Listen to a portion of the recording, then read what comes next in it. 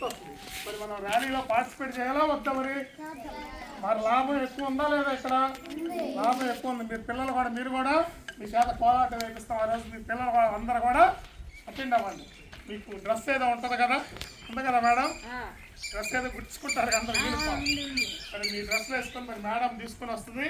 మీరందరూ కూడా కోలాటం బాగా నేర్చుకొని ఈ మాంసాహారం మీద పాట ఉంది కదా, ఇప్పుడు వేశారు కదా, ఆ పాట బాగా బాగా నేర్చుకొని బాగా వేసేటట్టు చూడండి. మరి అందరు రావాల్సిన ఆహ్వానిస్తూ మీ అందరికీ ధన్యవాదాలు.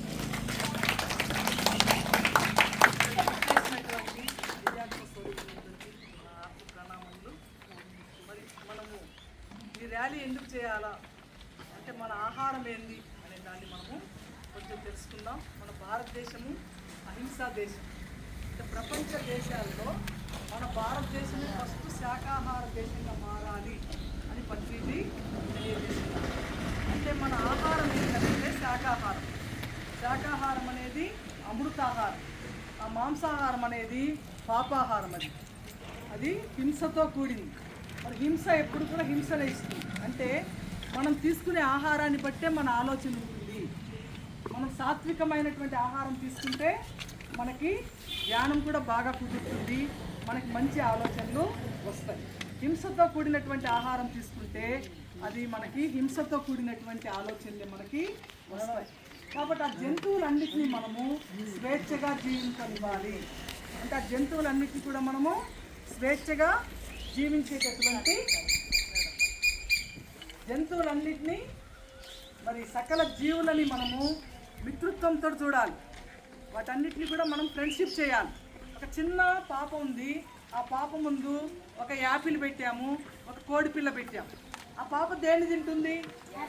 యాపిల్ తింటుంది. కోడి పిల్లతోటి ఆడుకుంటుంది. అంటే మన ఆహారము ఆ యాపిల్ అని మనకు అక్కడ తెలుస్తుంది. అదే ఒక పిల్లిని పెడితే ఆ పిల్ల ఏం తింటుంది?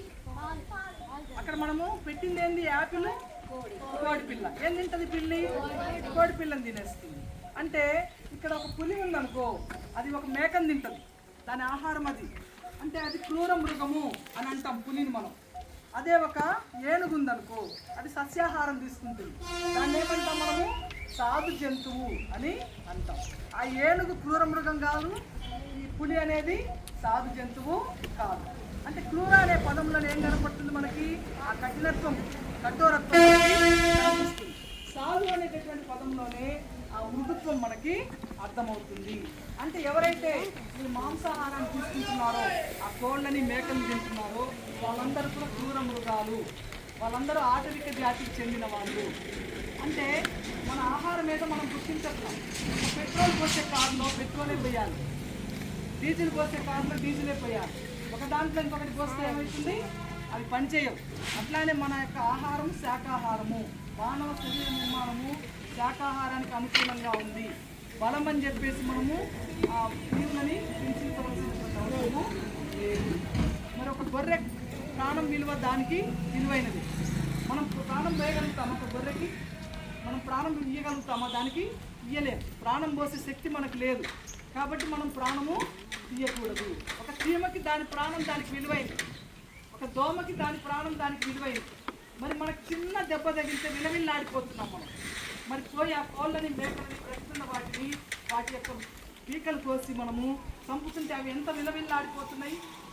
కాబట్టి హింస చూడో హంస పక్కడు. అంటే ఆ హింసను మనము వదిలేయాలి. మహాత్మా గాంధీ కూడా, బుద్ధుడు చెప్పినా, మహాత్మా గాంధీ చెప్పినా, ఎవరు చెప్పినా కూడా అహింస పరమో ధర్మ. అహింసని మించినటువంటి ధర్మం ఇంకోటి లేదు, అహింసను మించినటువంటి తపస్సు ఇంకోటి లేదు. కాబట్టి మనము హింస చేస్తే హింసనే వస్తుంది. మనకి ఏది చేస్తే అది మనము పొందుతాము. మరి మనకి మనుస్మృతిలో కూడా చెప్పారు, జీవిని చంపేవారు, చంపించేవారు, అమ్మేవారు, వండేవాళ్ళు, వడ్డించేవాళ్ళు, మాంసాన్ని కోసేవాళ్ళు, తినేవాళ్ళు, తినిపించేవాళ్ళు, ఈ 8 మంది ఆ హత్యలో భాగస్వాములే.